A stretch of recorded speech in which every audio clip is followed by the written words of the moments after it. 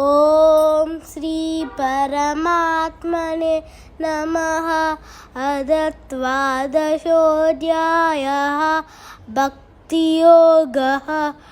अर्जुन उवाच एवं सकतयुक्ता ये भक्तान् स्वां पर्युपासते येषोऽधिकरस्तेषाम् अव्यक्तासक्तचेतसा अव्यक्ता हि गतिर्दुःखं देहवद्भिरवाप्यते।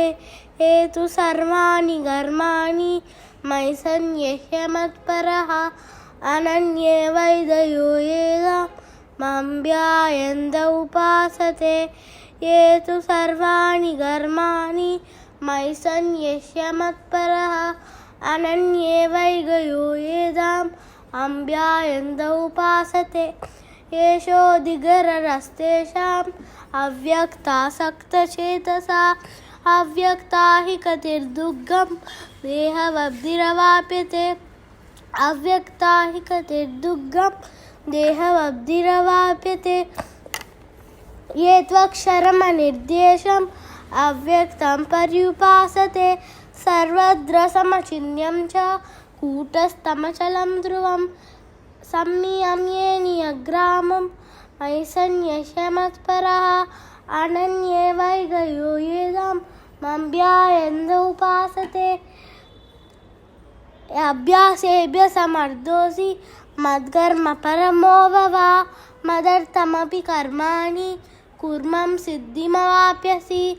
अतैतदप्यसक्तोऽसि कर्तुं मत्योऽङ्गमाश्रितः सर्वकर्मफलत्यागं ततः कुर्यादात्मवान्। श्रेयो हि ज्ञानमभ्यासात् ज्ञानं ज्ञानं विशिष्यते। ज्ञानाकर्मफलत्यागं ज्ञानाशान्तिरनन्तरम्। अद्वेष्टा सर्वभूतानां मैत्रः कर्ण एव च निर्ममो निरहङ्कारः समदुःखः सुखक्षमी सन्तुष्टः सततं योगी यतात्मा दृढनिश्चयः। मय्यर्पितमनो बुद्धिः यो मद्भक्तः स मे प्रियः। यस्मान्नो द्वितते लोको लोकानो द्वितते जयः।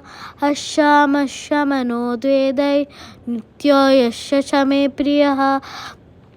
अनपेक्षशुचिर्दक्षः उदासीनो मतव्यतः समपरमपरित्यागी ततः कुर्यादात्मवान्।